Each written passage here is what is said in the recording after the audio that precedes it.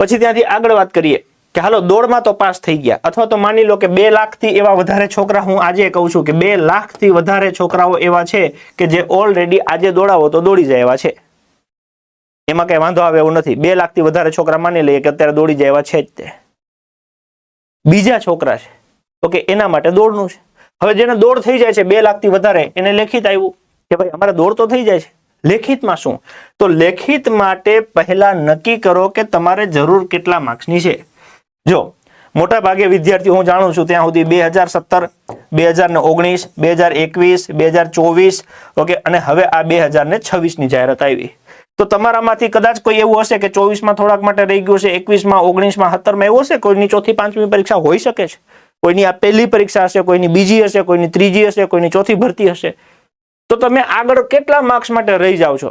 માની લો કે આ વખતે કંઈક એસટી કેટેગરીમાં 80 અટક્યું અને તમારે 79 આવ્યા હતા, અથવા તો માની લો કે ઓબીસી કેટેગરીમાં ક્યાંક 96 અટક્યું તમારે 95 આવ્યું, મતલબ કે તમે કેટલા માર્ક્સથી રહી ગયા હતા? 1 માર્ક્સથી. તો તમે કેટલા માર્ક્સથી રહી ગયેલા છો પહેલા એ નક્કી કરી લો કે તમારે જરૂર કેટલા માર્ક્સની છે.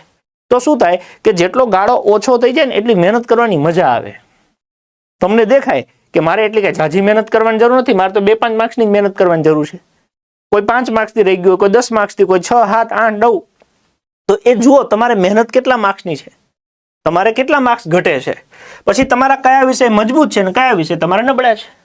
માની લો કે કોઈ છોકરો કે છોકરી એવા છે કે જેને એ ગ્રુપમાં 80 માંથી ઓકે જે 38 કે 32 કરવાના હતા એ 80 માંથી 32 ન થયા, તો એનો મતલબ કાં તો એનું ગણિત નબળું છે, કાં તો એનું રીઝનિંગ નબળું છે, કાં એનું ગુજરાતી નબળું છે. ગુજરાતી તો નબળું નહોતું કેમ કે એ તો ઓલાની માઠી બેઠી હતી એટલે છોકરાઓની માઠી બેહાડી દીધી ભરતી બોર્ડે.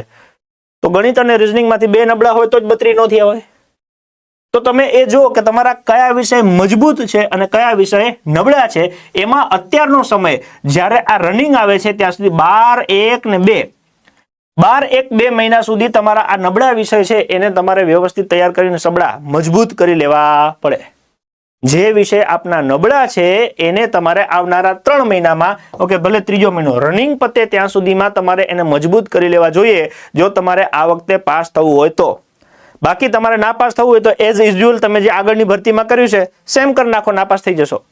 પણ પાસ થવું હોય તો કંઈક નવું, કંઈક અલગ કરવું પડશે. અને એ કંઈક અલગ એ આ છે કે અત્યારે દોડની સાથે સાથે તમારા નબળા વિષય છે એને મજબૂત કરી નાખો. તો આ દુનિયામાં તમને કોઈ વ્યક્તિ એવું નથી કે જે તમારે પાસ થવું છે ને એ તમને રોકી લે, તમને બાંધી લે. કેમ કે તમે મજબૂત થઈ ગયા છો, તમારા નબળા વિષય તમે સક્ષમ કરી લીધા છે અને એ તમે પરીક્ષા આપી, તમને ખબર છે.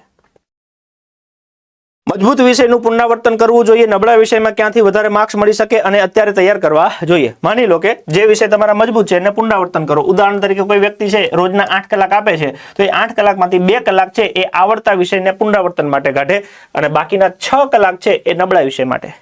હવે માની લો કે એમાં ગુજરાતી છે તો ગુજરાતીમાં એટલો ટાઈમ નથી આપવાનો. ગણિત રીઝનિંગમાંથી વધારે નબળું કયું છે? ગણિત છે, તો ગણિતને અત્યારે ધમધમાવો, 1-2 મહિના આપી જ દો. રોજ 4 કલાક 6 કલાક ગણિતને આપો, અથવા તો 6 કલાકમાંથી 4 ગણિતને આપો અને 2 રીઝનિંગને આપો. આવું આયોજન નહીં કરો ને અત્યારથી, તો હું તમને દાવા સાથે કહું છું કે ફરી આ વખતે તમે અફસોસ કરતા રહેશો કે હારા જોઈતા માર્ક્સ ન થયા. ઓલી વખતે પ્રેમથી સમજાવ્યું હતું, આ વખતે સમજાવું છું. જો કાંઈ હાલે એમ છે નહીં, એ અને બી છે એ છે 2માં 40% લાવવાના છે. ઓલી વખતે તૂટીને મરી ગયા મહેનત કરીને, કોઈ સાંભળવા તૈયાર થયું નથી. હવે આમાંય કોઈ સાંભળવા તૈયાર થવાનું નથી. તો પાસ થવું હોય તો જે પ્રમાણે ક્રાઇટેરિયા છે એ પ્રમાણે માર્ક્સ લાવવા પડે. માર્ક્સ લાવવા માટે મહેનત સિવાય બીજો કોઈ વિકલ્પ નથી. બાકી કોઈ આવેદન, કોઈ આંદોલન હવે આમાં કામ આવે એમ નથી. હવે એક જ વસ્તુ કામ આવે છે કે વધુમાં વધુ મહેનત કરીને નબળા વિષયને તૈયાર કરો અને માર્ક્સ લાવો. જેટલા વધારે માર્ક્સ લાવી શકાય એટલા માર્ક્સ લાવો, તો કાંઈ જરૂર નહીં પડે. જે લોકોને માર્ક્સ આવ્યા અત્યારે જો ઓર્ડર લઈને આજે ઘરે બેસી જાય, હમણાં નોકરી આવશે તો વયા જાય, થઈ જાય ચાલુ, ને આપણે બેઠા છીએ વિડીયો જોઈને. તો હવે પાછું ચાલુ કરીએ. તો એક વખત હરખું કરી નાખો ને એટલે પાર આવે.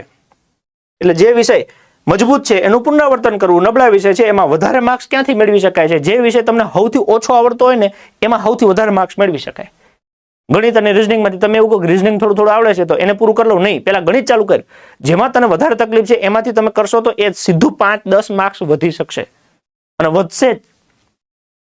હવે તમને એવું થાય કે આ બધું મગજમાં બેહતું નથી, કેમ કરવું, શું કરવું? ઓકે, મગજ કામ ન કરતું હોય તો આવી જાઓ અમારે ત્યાં એન્જલ એકેડેમી રાયસણ.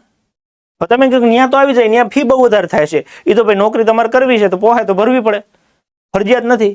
તો ઓછી ફીમાં શું કરી શકાય? તો એના માટે એક બેસ્ટ ઓપ્શન આજે તમારા માટે લઈને આવ્યા છે.